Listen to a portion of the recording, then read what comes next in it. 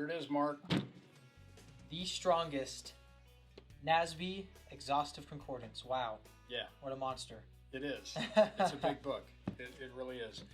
So they call it, the Zondervan here calls it the strongest because it's in the tradition of James Strong. Okay. And they've made some improvements, they believe.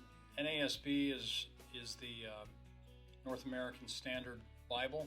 Yep. New American. Yep, North American. Though it's very popular in North America, so it works. Yeah. It is. Yep. And it's exhaustive. So it's every word in the Bible is found, the address of every word in the Bible is found in this book. Amazing. It is. So how would you use something like this? I just want to show real quick. Yep, please. There is instruction how to use the concordance and how to find things and what each one of these references and the location of the verse, the key number, abbreviation, and so on. So it does have instructions on how to use the book. Very helpful. And it's a very, very useful tool. In fact, people I've talked to have said that this is the most useful tool that they've ever used. Sure. To find reference material, a word inside Scripture. So yeah. Great. Well, let's dive in and look at an example of how to use the concordance. Sure. So let's say, for instance, you've heard, in the beginning was the Word. The Word was with God, and the Word was God. Right? Let's say you've heard that, it's in your mind. Sure. You'd love to know where that is in the Bible. So you can do that with this. You can do that here. Right. So let's do that. Let's look for that one. In the beginning was the Word. Okay, so I can go to any of those words. I can go to in, the, beginning, was, word. Yep. Probably the best would be word. Probably the is probably way too common, or in. So let's check out word. So I'd go all the way to the W's. Yep, the W's. It's alphabetically listed, as you'll see.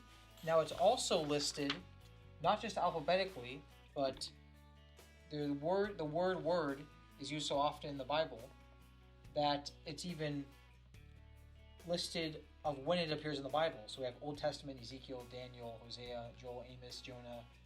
And then we go down and we find the New Testament examples, Matthew, Mark, Luke. And then finally we get to, at the end of the page here, we get to John. So in the beginning was the Word. Right there. So there it is, yeah. In the beginning was the W, stands for Word. There's our reference, John 1:1.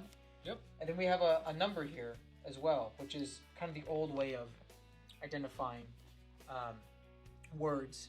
We also have these words, these numbers for the words are in the original languages as well. But for our use, you don't really need to pay too much attention to the numbers. I've never used those other Strong's reference numbers. Right. I've never used them. I have used over and over again trying to find what I remember to be a verse or a word, and that's really what we're going to. And I'm just trying to find the address in my Bible. Yep. Where it's at, right? So what was in the beginning? Where was that? What's the address? So the address right here is John 1:1. So okay. Let's check it out. So I have my Bible open. I have it to John chapter 1, verse 1. All right. And it says there, in the beginning was the Word, and the Word was with God, and the Word was God. Okay, so it matches up. So we found it. Great. Great work. Yeah, great job. Now, Scott, say I wanted to, and this gets into our Bible study. Yeah. Even more in depth. I want to do a word study on the word word. Yes. Can I do that with this concordance now? Absolutely. Okay. Absolutely, yes. The best way to do that would be to find the word, and we're using the word, right? And that's at the top here. It's alphabetically listed, so yes. Top right. See here, get that in focus. Bam. So word. So that's where it starts? That's where it starts, and it's on this page. Okay. Oh, right? I see. Yep. Right there it is there. Yep. And the first use of the word is in Genesis 15, verse 1. Gotcha. And then we have them listed by appearance in the Bible, all the way through to the first time it was used, and then the last time it was used. Oh, gotta move. Here's the last time it was used. Okay. We have Revelation 20, chapter 20, verse 4. So I can do a whole study on the entire Bible of what the theology is behind the word word, basically. Well, we talked about different ways to study the Bible, and one of them was doing word studies. Yes. Right? So this would be a terrific way to do a word study on how the Bible uses any particular word. You can start with the first entry and work your way all the way through, looking at that word as it's used in the biblical text. Yeah. Excellent. So, Scott, why don't we give then our viewers, as we wrap up, just where can they get a concordance? I know that there's free ones online, and we'll talk about that later, but some people prefer a hard copy like yourself. I do. I prefer a hard copy. There are soft copies out there, and we'll talk about computer related tools later. But if I was going to go get a hard copy of this, I would either go to my local Christian bookstore, or I would go to christianbooks.com. Okay.